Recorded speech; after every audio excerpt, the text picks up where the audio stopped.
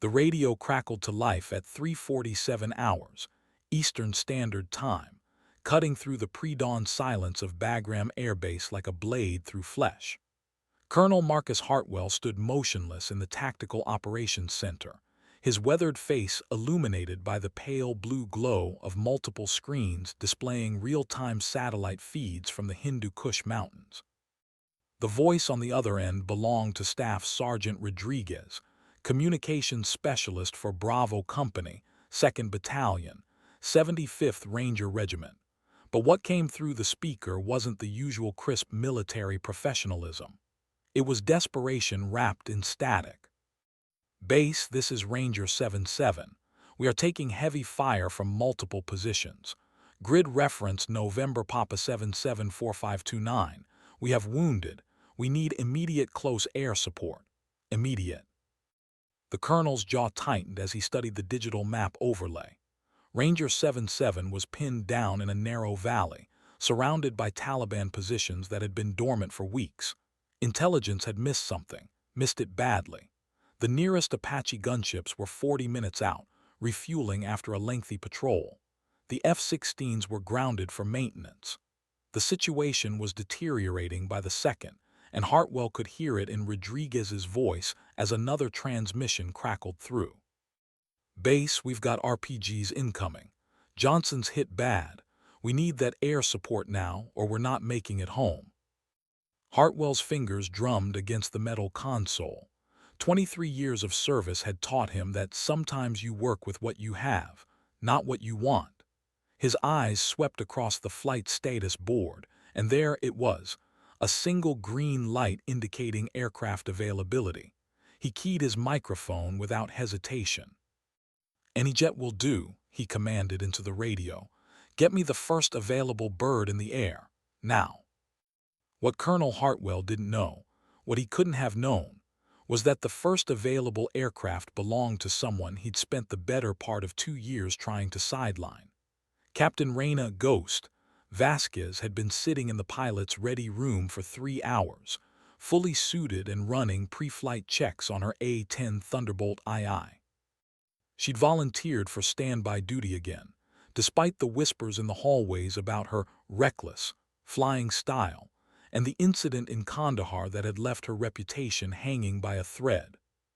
The klaxon sounded, and Ghost was already moving. Ghost's hands moved across the A-10's instrument panel with practiced precision, muscle memory guiding her through the startup sequence she'd performed hundreds of times before. The twin General Electric TF-34 engines wound up with their characteristic whine, a sound that had become as familiar to her as her own heartbeat. Outside the cockpit, ground crews scrambled to remove wheel chocks and disconnect power cables, their movements sharp and efficient in the amber glow of the flight line's sodium lights. "Tower, this is Hog 27, requesting immediate departure for close air support mission. Grid November Papa 774529. Hog 27, you are cleared for immediate departure. Winds 270 at 15, gusts to 22. Godspeed." Ghost didn't respond to the tower's blessing. She was already pushing the throttles forward, feeling the 11,000 pounds of thrust press her back into the ejection seat. The A-10 lumbered down the runway like a pregnant whale, deceptively slow and ungainly, until the moment of rotation when physics took over and lifted her into the Afghan night. Banking hard to the northeast, Ghost felt the familiar weight of the aircraft beneath her hands, the subtle feedback through the stick that told her everything she needed to know about airspeed, angle of attack, and the deadly cargo she carried. The A-10 wasn't beautiful like the sleek F-16s or intimidating like the massive B-52s. It was built for one purpose: close air support. 7 hardpoints hung beneath the wings and fuselage, loaded tonight with AGM-65 Maverick missiles, Mark 82 general-purpose bombs, and a full load of 30 depleted uranium rounds for the GAU-8 Avenger cannon that formed the aircraft's spine. But more than the weapons, more than the titanium bathtub that surrounded her seat, Ghost trusted in something else entirely: The countless hours she'd spent learning to read the sky, to understand the language of smoke and muzzle flashes, to distinguish friendly forces from enemy positions in the chaos of ground combat. The radio crackled again, and this time it was Colonel Hartwell himself. Hog 27, this is Bagram Base. What's your ETA to target area? Bagram Base, Hog 27, 12 minutes to target. Ghost's voice was steady, professional, giving away nothing of the knot forming in her stomach. There was a pause on the radio, longer than necessary for simple communication. Roger, Hog 27, break. Ranger 77, close air support is inbound, 12 minutes. Ghost caught the hesitation in Hartwell's voice and knew exactly what it meant. He just realized who was coming to save his Rangers. The Hindu Kush mountains rose ahead of Ghost like jagged teeth against the star-filled sky, their peaks catching just enough starlight to create an ominous silhouette. At 15,000 feet, the air was thin and cold, but the A-10's environmental systems kept the cockpit comfortable as she pushed deeper into hostile territory. Her eyes swept continuously between the heads-up display and the terrain below, searching for the telltale signs of the battle that was raging somewhere in the darkness ahead. Ranger 77, this is Hog 27 inbound your position. I need you to mark your location with infrared strobes and give me a sitrep on enemy positions. Staff Sergeant Rodriguez's voice crackled back, strained but relieved. Hog 27, Ranger 77, we're in a horseshoe-shaped valley taking fire from 3 positions. North Ridge, approximately 300 meters from our position. East Ridge, 400 meters. And there's a group with heavy weapons in the valley floor, maybe 200 meters south of us. We've got IR strobes active. Ghost adjusted her night vision goggles and immediately spotted the infrared signatures of the Ranger team. 8 heat signatures huddled behind a rocky outcropping in the valley floor.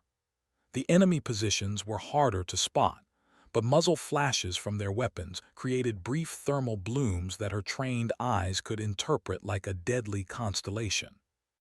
Ranger 77, I have your position visual. I'm going to make a low pass to identify targets. Keep your heads down. Ghost pushed the stick forward, diving the A-10 toward the valley at nearly 300 knots. The airframe shuddered slightly as she pulled out of the dive at 2,000 feet above ground level, but the titanium bathtub around her seat absorbed the stress without complaint. Through her night vision, the battlefield spread out like a 3-dimensional chessboard. The Taliban fighters had chosen their positions well, elevated firing positions with good fields of fire and natural cover. But they'd made one crucial mistake. They'd assumed no one would be crazy enough to fly close air support in these mountains at night. They'd never dealt with Ghost Vasquez before. Ranger 77, I have multiple targets identified. I'm going to engage the heavy weapons team first, then work the ridgelines. When I call guns, I need you to stay down until I call off target. Roger, Hog 27, we're ready. Ghost banked the A-10 hard to the left, feeling the G-forces press her into the seat as she lined up on the first target. The first strafing run came in low and fast from the southeast, Ghost's approach masked by the ridge line until she was almost on top of the Taliban heavy weapons team. She'd identified their position by the distinct muzzle signature of a Soviet-era D SHK heavy machine gun, 12.7mm rounds that could punch through body armor like tissue paper. The insurgents had set up behind a cluster of boulders, thinking the natural fortification would protect them from anything the Americans could throw at them. They were wrong. Guns. The GAU-8 Avenger cannon erupted to life, its 7 barrels rotating at nearly 4,000 rounds per minute. Each depleted uranium round was the size of a milk bottle, designed specifically to penetrate armor, and when 70 rounds impacted the boulder cluster in less than 2 seconds, the effect was catastrophic. Rock fragments and metal debris exploded outward in a deadly cloud, and the heavy machine gun fell silent. Ghost pulled hard on the stick, climbing rapidly to avoid ground fire as tracers reached up toward her aircraft like deadly fireworks. The A-10's armored cockpit rang with the impact of small arms fire, a sound like hail on a tin roof, but the titanium bathtub held, designed to withstand hits from cannon rounds up to 23 millimeters. Good effect on target, Rodriguez's voice came through the radio with barely contained excitement. The heavy gun is down. But Ghost was already setting up for her second run. The fighters on the North Ridge had revealed their positions by firing at her during the first pass, and she could see at least 6 muzzle flashes from their elevated position. This would be trickier. The ridge was narrow, and she'd have to thread the needle between 2 peaks to get a clean shot. Ranger 77, I'm going after the North Ridge. This one's going to be close. Keep everyone down. Ghost rolled the A-10 inverted and pulled through a split-S maneuver that would have been impossible in any other aircraft at this altitude. The heavily armored attack jet responded like a sports car despite its ungainly appearance, a testament to the engineering that had gone into its design. She rolled out heading directly at the ridge, the rocky face filling her windscreen as she lined up the shot. At the last possible second, she squeezed the trigger again, walking a stream of cannon fire across the Taliban positions before pulling up sharply to clear the ridge. The night erupted in secondary explosions as her rounds found an ammunition cache. The night sky over the Hindu Kush had become Ghost's domain, and she ruled it with precision that bordered on artistry. Banking the A-10 through a series of turns that seemed to defy the laws of physics for such a heavy aircraft, she set up for her third attack run, this one targeting the eastern ridge where the remaining Taliban fighters had taken cover. But these insurgents were learning, adapting their tactics with each pass. Instead of revealing their positions through muzzle flashes, they'd gone silent, waiting. Ghost switched to her forward-looking infrared system, scanning the ridge through thermal imaging. Body heat signatures appeared as white-hot silhouettes against the cold mountain stone, revealing 8 fighters spread across a 100-meter section of the ridge. They thought they were invisible in the darkness. Ranger 77, I'm switching to Mavericks for this pass. AGM-65 has a bigger punch, and I want to make sure we get all of them. Roger Hog 27, standing by. Ghost selected one of the AGM-65 Maverick missiles from her weapons panel, its electro-optical seeker head coming online with a soft electronic whine. The missile's camera feed appeared on her multifunction display, showing a grainy but detailed view of the ridge. She could actually see individual fighters moving between the rocks, their weapons clearly visible through the Maverick's thermal imaging system. The missile lock-on tone sounded in her headset, a steady, reassuring beep that meant death for someone down below. Ghost squeezed the trigger, feeling the slight shudder as the 200-pound missile separated from its pylon and streaked toward the target at nearly 3 times the speed of sound. The warhead contained 125 pounds of high explosive, more than enough to turn the rocky ridge into a crater. The explosion lit up the valley like daylight for a split second, the blast wave rolling across the mountains with a rumble that could be felt as much as heard. When Ghost's vision cleared, the eastern ridge was silent, permanently. Outstanding, Rodriguez's voice crackled through the static. All enemy positions neutralized. We're moving to extract our wounded. But Ghost wasn't done yet. Something about the tactical situation bothered her. The enemy positions had been too well coordinated, too perfectly placed. This had been a planned ambush, which meant there might be more insurgents in the area. Ranger 77, I'm going to orbit overhead and provide overwatch until your extraction arrives. Keep those strobes active. She climbed to 5,000 feet and began a wide circle around the valley, her eyes constantly scanning for new threats. The A-10's loiter capability was legendary. She could stay on station for hours if necessary, burning fuel at a rate that would make an F-16 pilot weep. But fuel wasn't her concern right now. Her concern was the 8 Rangers on the ground below, trusting her to keep them alive until help arrived. Through her headset, she could hear the distant sound of helicopter rotors. The cavalry was finally coming. The extraction went smoothly. Two A-60 Black Hawks swept into the valley 20 minutes later, their pilots guided by Ghost's radio calls and the Ranger's infrared strobes. She watched through her night vision as the wounded Ranger was loaded onto the first helicopter, his teammates providing security around the landing zone. The professionalism and efficiency of the operation filled her with the kind of pride that only came from watching fellow soldiers do their jobs under impossible circumstances. Hog 27, this is Dustoff 47. We have all personnel aboard and are departing your location. Thanks for keeping the bad guys' heads down. Roger, Dustoff 47, safe flight home. Ghost remained on station until both helicopters had cleared the mountain range, then turned southwest toward Bagram. The pre-dawn sky was beginning to lighten along the eastern horizon, painting the snow-capped peaks in shades of pink and gold. It would have been beautiful under different circumstances, but all Ghost could think about was the debriefing that waited for her back at base. Colonel Hartwell would want a full report, of course. He always did. But more than that, she knew he'd want to dissect every decision she'd made during the mission, looking for anything he could use to support his long-standing belief that she was too aggressive, too willing to take risks. The incident in Kandahar had given him plenty of ammunition in that regard, and she suspected this mission, successful though it had been, would somehow be turned against her as well. She keyed her radio one final time before beginning her descent. Bagram Base, this is Hog 27. Mission complete. 8 Rangers safe, returning to base. The response came not from the tower controller, but from Colonel Hartwell himself. Hog 27, this is base actual. Outstanding work out there, Captain. See me for debrief in 30 minutes. Ghost blinked in surprise. In all her years of service, she'd never heard Hartwell's voice carry that particular tone when speaking to her. It sounded almost like respect. The landing pattern at Bagram was routine.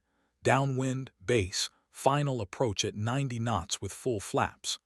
The A-10 touched down with barely a bump, its rugged landing gear absorbing the contact with the runway as Ghost pulled the throttles back to idle and applied wheel brakes. Ground crews were already waiting as she taxied to the parking area, their practiced movements guiding her into position with hand signals that looked like an elaborate dance in the amber light of dawn. Ghost ran through her post-flight checklist methodically, shutting down systems in the proper sequence, while the engines wound down with their characteristic whistle. But her mind wasn't on the checklist. It was on the 8 Rangers who were probably sitting in the medical tent right now, drinking coffee and recounting the night's events. One of them was wounded but alive, and all of them were going home to their families because she'd been in the right place at the right time with the right aircraft. That was worth any amount of bureaucratic hassle Hartwell could throw at her. She pulled off her helmet and ran her fingers through her sweat-dampened hair, feeling the familiar ache in her neck and shoulders that came from hours of flying in a combat environment. The ground crew chief appeared at her cockpit, a weathered technical sergeant named Morrison who'd been servicing aircraft since before Ghost had learned to drive. "How'd she fly, Captain?" "Like a dream, Morrison. Checked the underside for battle damage. We took some small arms fire on the first pass." Morrison nodded and made a note on his clipboard. "I'll give her a full inspection. Word is you saved some Rangers out there tonight." Ghost climbed down from the cockpit, her boots hitting the tarmac with a solid thump. "Just did my job, Morrison, same as always." But even as she said it, she knew this mission had been different. Something had changed during those 30 minutes over the Hindu Kush, not just in how she'd flown the mission, but in how it had been received. Hartwell's tone on the radio had been evidence of that, and she suspected the debriefing would reveal more. She grabbed her flight bag and helmet bag from the ground crew and began the walk to the squadron building, her flight suit rustling with each step. The sun was fully above the horizon now, painting the Afghan landscape in the harsh light of day. In a few hours, the temperature would climb past 100 degrees, but for now, the morning air was almost pleasant. The squadron building was buzzing with activity as the day shift began to arrive. The squadron's operations center occupied most of the ground floor of the building, its walls covered with maps, flight schedules, and the kind of motivational posters that had been standard military issue since Vietnam. Ghost made her way through the maze of desks and filing cabinets, nodding to the operations staff who were already deep into planning the day's missions. Most of them looked up as she passed, their expressions ranging from curious to respectful, a marked change from the barely concealed skepticism she'd grown accustomed to over the past 2 years. Colonel Hartwell's office occupied a corner of the building, its windows offering a view of the flight line where her A-10 was already being swarmed by maintenance crews. She knocked on the door frame and waited for permission to enter. "Come." Hartwell sat behind his desk, a cup of coffee steaming beside a stack of mission reports that never seemed to get any smaller. He was a big man, built like the linebacker he'd been at the Air Force Academy 30 years earlier, with gray hair that he kept regulation short and eyes that missed nothing. Ghost had always found him intimidating, not because of his size or his rank, but because of his absolute certainty in his own judgment. When he looked at her, she always felt like he was seeing every mistake she'd ever made. But this morning was different. When he looked up from his paperwork, his expression was thoughtful rather than disapproving. "Have a seat, Vasquez. Coffee?" "Yes, sir, black." He poured from a carafe that looked like it had seen service in Desert Storm and handed her the cup. The coffee was strong enough to dissolve paint, exactly the way she liked it. "I've been getting radio traffic from the Rangers," Hartwell said, settling back in his chair. "Staff Sergeant Rodriguez was very complimentary about your performance tonight, said you saved their lives." Ghost sipped her coffee and waited. Hartwell wasn't the kind of officer who gave praise easily, and she sensed there was more coming. "I also received a call from Lieutenant Colonel Patterson at Regiment," he continued. "Apparently, word of tonight's mission has already made it up the chain. The wounded Ranger, Private Johnson, is going to make a full recovery by the way." "I'm glad to hear that, sir." Hartwell leaned forward, his elbows on the desk. "I'll be honest with you, Vasquez. When I ordered any jet will do, I was hopping for an F-16 or maybe one of the Apache. When I found out it was you in that A-10, my first thought was that we might lose Rangers because of what happened in Kandahar." Ghost felt her jaw tighten, but she kept her expression neutral. The incident in Kandahar was a sore subject, one that had nearly ended her career and definitely ended her chances for promotion. At least, that's what she'd thought until this moment. "But I was wrong," Hartwell continued, and those 3 words hit Ghost like a physical blow. "Your performance tonight was exactly what those Rangers needed. Precise, aggressive when necessary, disciplined when it mattered. You saved 8 lives, and you did it in conditions that would have challenged any pilot in this theater." Ghost set down her coffee cup, not trusting her hands to remain steady. "Thank you, sir." "There's more," Hartwell said, reaching for a folder on his desk. "I've been reviewing your personnel file, and I think it's time we had a conversation about your future in this squadron." The morning debriefing had lasted 2 hours, covering every aspect of the mission from initial alert through post-flight maintenance. Ghost had walked Hartwell through her tactical decisions, explaining why she'd chosen specific attack angles and weapons for each target. He'd asked pointed questions about ammunition expenditure, fuel consumption, and aircraft performance. But for the first time in her memory, the questions felt more like professional curiosity than interrogation. When it was over, Hartwell had done something unprecedented. He'd recommended her for the Distinguished Flying Cross. Now, 6 hours later, Ghost sat in the mess hall picking at a plate of food she couldn't taste, trying to process everything that had changed since sunrise. The DFC recommendation would go up the chain of command, probably all the way to the Pentagon, where some general would decide whether her actions had been worthy of one of the Air Force's highest decorations for aerial achievement.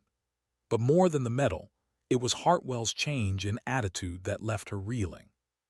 "Mind if I sit?" Ghost looked up to see Captain Jake Viper Morrison approaching with his own tray. Viper was one of the F-16 pilots, a hotshot from Texas, who'd never made any secret of his opinion that the A-10 was an obsolete relic. He'd also been one of the most vocal critics of her flying style after Kandahar. "Free country," she said, gesturing to the empty chair across from her. Viper sat down and attacked his food with the enthusiasm of a man who'd been living on MREs for too long. "Heard you had some excitement last night," he said between bites. "Just another day at the office." "Come on, Ghost. The whole base is talking about it. 8 Rangers, 3 enemy positions, and you cleaned house without a scratch on your bird or a single friendly casualty. That's textbook close air support." Ghost studied his face, looking for the usual signs of condescension or mockery. Instead, she found something she'd never seen from Viper before: genuine respect. "Rodriguez is telling anyone who'll listen that you're the reason he's going home to his kids," Viper continued. "Says you put ordnance so close to their position that they could feel the blast waves, but you never came within 50 meters of their location. That's precision flying." "A-10's built for close support," Ghost said, but she could feel warmth spreading through her chest. Just doing what the aircraft was designed to do. "Maybe," Viper said, "but not every pilot could have done what you did last night, especially not in those mountains at night with friendlies that close to the targets." He paused, seeming to choose his words carefully. "I owe you an apology, Ghost. After Kandahar, I thought you were reckless, thought you took unnecessary risks, but last night proved me wrong. You're not reckless, you're fearless. There's a difference." Ghost felt something shift inside her chest, a tension she hadn't realized she'd been carrying finally beginning to release. The rest of the day passed in a blur of routine activities that felt anything but routine. Word of the previous night's mission had spread throughout the base with the efficiency of a military communications network, and Ghost found herself on the receiving end of nods, handshakes, and congratulations from personnel she'd barely spoken to in 2 years of deployment. The respect was genuine, earned through 30 minutes of combat flying that had somehow erased 24 months of whispered doubts and carefully worded criticism. But it was the reaction of her fellow pilots that meant the most. These were men and women who understood the technical challenges of what she'd accomplished, who could appreciate the precise flying required to deliver ordnance danger close to friendly forces in mountainous terrain at night. Their approval carried weight that no amount of official recognition could match. Late in the afternoon, Ghost found herself back on the flight line, performing the kind of detailed aircraft inspection that most pilots left to the ground crews. It was a ritual for her, a way of staying connected to the machine that had carried her safely through another mission.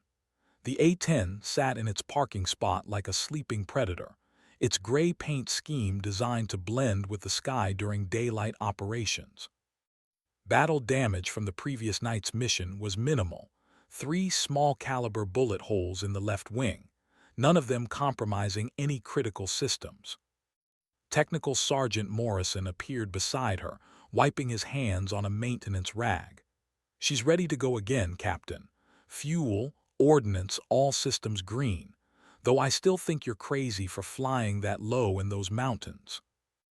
Ghost ran her hand along the wing's leading edge, feeling for any damage the visual inspection might have missed. "Sometimes crazy is what the situation calls for, Morrison." "I suppose so. But next time, maybe give us maintainers a little warning before you decide to play tag with the mountaintops."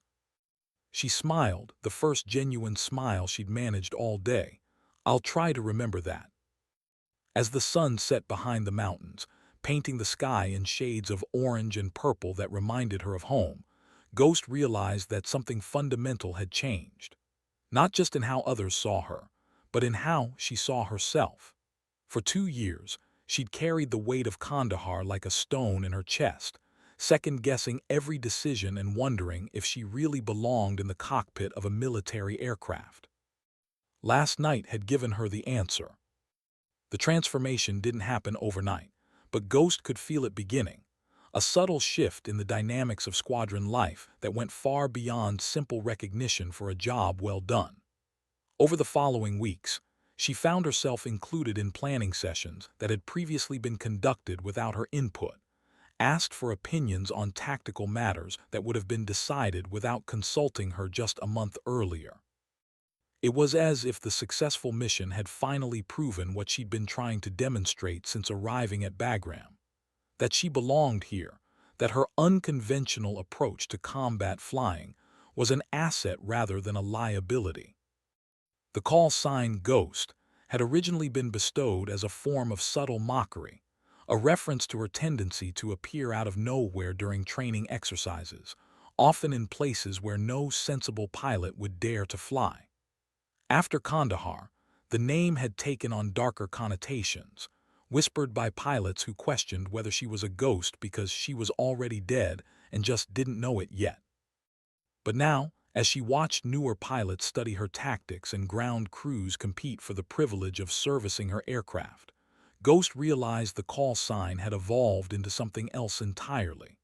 A mark of professional respect that acknowledged her ability to strike from unexpected angles and vanish into the sky before enemy forces could react.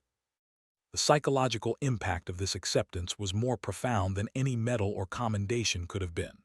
For the first time since Kandahar, Ghost felt truly confident in her abilities, no longer second-guessing every decision or wondering if she was putting friendly forces at risk through her aggressive flying style. The doubt that had plagued her for 2 years began to fade, replaced by the kind of quiet professionalism that only came from knowing, without question, that you were exactly where you belonged. It was during this period of professional renaissance that Ghost received news that would change everything once again. She was in the squadron briefing room, reviewing intelligence reports for the next day's missions, when Colonel Hartwell approached her with an expression she couldn't quite read. "Vasquez, I need to see you in my office. There's been a development regarding your DFC recommendation." Ghost felt her stomach tighten. Recommendations for major decorations often disappeared into the bureaucratic maze of military administration, emerging months or years later either approved, downgraded to lesser awards, or simply forgotten. She tried not to get her hopes up, but the possibility of official recognition for the mission that had transformed her career was more important to her than she cared to admit. Hartwell's office felt different this time, less intimidating, more like a meeting between professional equals. "I received word from the Pentagon this morning," Hartwell said without preamble. "Your DFC has been approved, but there's more to it than just the medal. The Air Force is implementing a new training program for close air support operations, and they want you to help develop the curriculum. It would mean a transfer stateside, promotion to major, and assignment to the Air Force Weapons School at Nellis." Ghost felt the world shift beneath her feet. The Weapons School was the Air Force's equivalent of Top Gun, where the service's best pilots learned to become even better and then taught others to do the same. It was an assignment that could define the rest of her career, opening doors that had been firmly closed since Kandahar. But it also meant leaving Afghanistan, leaving the mission that had become her entire world. "I know it's a lot to process," Hartwell continued. "You don't have to give me an answer right now. Take some time to think about it." Ghost looked out the window at the flight line, where her A-10 sat waiting for the next mission. "How long do I have to decide, sir?" 2 weeks. The assignment would begin in 60 days if you accept." That night, Ghost lay awake in her bunk staring at the ceiling of her quarters, weighing a decision that would affect the rest of her life. Afghanistan had been her crucible, the place where she discovered both her limitations and her capabilities. The idea of leaving felt like abandoning something unfinished, even though she knew that the war would continue with or without her. But the opportunity Hartwell was offering, represented everything she'd worked toward since joining the Air Force. A chance to influence how the next generation of pilots would approach the deadly art of close air support. The irony wasn't lost on her that the very aggressive flying style that had once threatened to end her career was now being recognized as exactly what the Air Force needed to teach its pilots. Sometimes, Ghost reflected, the qualities that made you dangerous in peacetime made you invaluable in war. She made her decision before dawn, then waited until 800 to knock on Hartwell's door. "Sir, I'd like to accept the assignment to weapons school." Hartwell smiled, the first time she'd ever seen genuine warmth in his expression. "I was hoping you'd say that, Major Vasquez." "Major, the promotion came through this morning. Congratulations, you've earned it."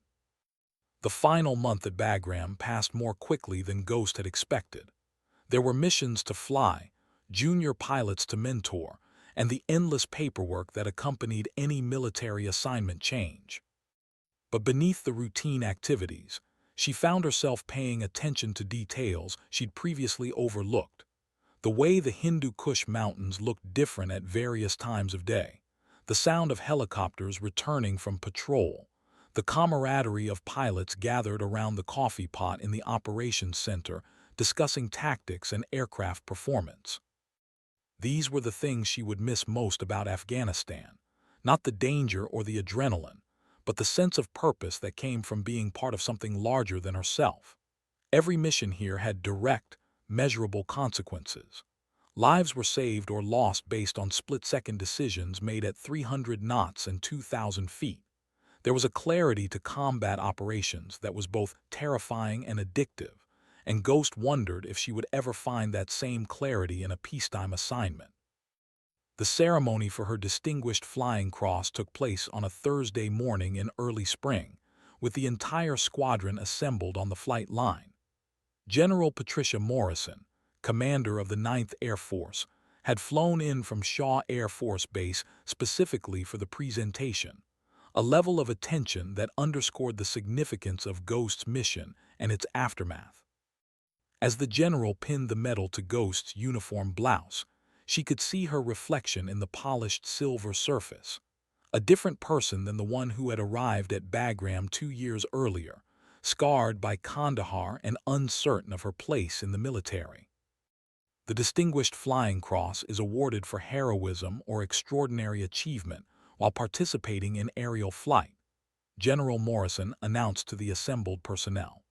Major Reina Vasquez displayed exceptional courage and professional skill during a close air support mission that resulted in the successful extraction of 8 Rangers from a heavily defended position. Her actions exemplify the finest traditions of the United States Air Force. The applause that followed was genuine and sustained, but Ghost barely heard it. Her attention was focused on the faces in the crowd, pilots and ground crew members who had become her family over the past 2 years, who had watched her struggle with doubt and emerge as a leader. These were the people whose respect meant more to her than any medal, and their presence at this ceremony was worth more than any words the general might speak. After the ceremony, there was a reception in the squadron building, complete with cake that had somehow been procured from the base commissary and coffee strong enough to fuel aircraft. Ghost moved through the crowd accepting congratulations and handshakes, but part of her mind was already focused on the next chapter of her career. In 2 weeks, she would board a transport aircraft for the long journey home to Nevada, leaving behind the war zone that had shaped her into the pilot she was meant to be. That evening, she walked out to the flight line one last time to check on her A-10. The aircraft had been reassigned to another pilot, a young captain fresh from training who looked at the weathered attack jet with the kind of reverence usually reserved for religious artifacts. Ghost understood that reverence. She'd felt it herself the first time she'd seen an A-10 up close, recognizing in its ungainly lines and massive gun the embodiment of everything she'd wanted to accomplish as a military aviator. "She's a good aircraft," she told the new pilot, running her hand along the wing where battle damage from her final mission had been expertly repaired. "Take care of her, and she'll take care of you." "Yes, ma'am," I'll do my best to live up to your example." Ghost smiled at the young officer's earnestness, remembering her own first days in the cockpit of a military aircraft. "Just remember, the A-10 isn't fast or pretty, but she'll get you home, and in the end, that's all that matters." The flight to Nellie's Air Force Base took 14 hours.